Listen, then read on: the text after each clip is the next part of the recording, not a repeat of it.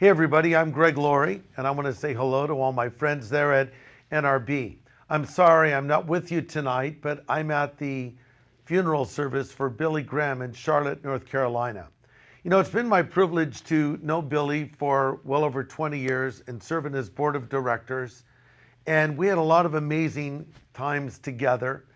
And I just wanted to tell you that the Billy that you would meet privately was the same as the Billy you would see publicly. There were not two Billy Grahams. He really was the kindest, most accessible man ever. I remember I was with Billy once when he was doing a crusade, and we went out to lunch at the Red Lobster. He liked to eat there. So we're talking, and as it turns out, there was an atheist convention happening at the same time as this crusade. Imagine you're an atheist, and they're sitting in a restaurant is the very face of evangelical Christianity. But these folks would walk up to Billy. He was warm to every one of them. That was Billy, a very caring person. He always wanted to talk about you, not really about himself. But I remember one time I was with him in his home in Montreat, North Carolina. We had a wonderful lunch that his wife, Ruth, prepared. And afterwards we were sitting, and I was trying to think of a question to ask him, so I came up with this question. I said, Billy, if an older you could speak to a younger you, and you could give yourself some advice from all that you've learned after preaching the gospel around the world, what would an older Billy Graham say to a younger Billy Graham? And without missing a beat, he looked at me with those steely blue eyes and said, I would preach more on the cross and the blood of Christ. That's where the power is. Wow, I never forgot that.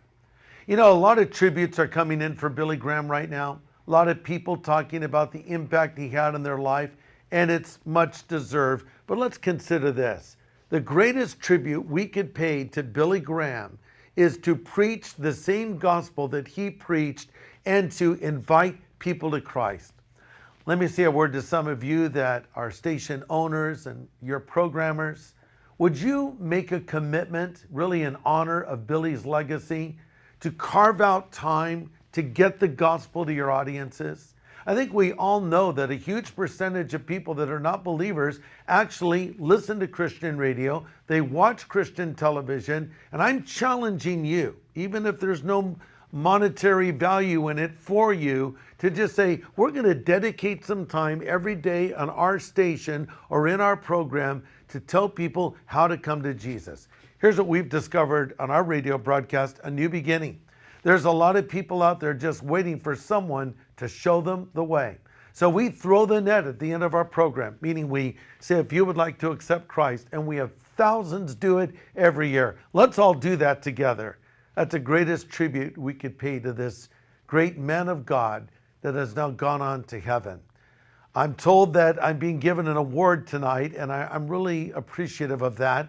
It's the Billy Graham Award, and I was told by Jerry Johnson, the president of the NRB, that that award was given for our innovation in media. And I want to thank you for that. I'm really honored and humbled by it, really. And it's for two projects that we have done. One is a film we made, a documentary film. I did it with the Irwin brothers. It's called Steve McQueen, American Icon. It tells the story of the spiritual transformation of Steve McQueen, how he came to faith. And speaking of Billy Graham, he played a role in Steve's life as well, because after Steve had accepted Christ and found out he had cancer, he wanted to meet Billy. Billy came to visit Steve, and they had a conversation together. And Steve had forgotten his Bible. Steve was actually on his way down to Mexico to have surgery.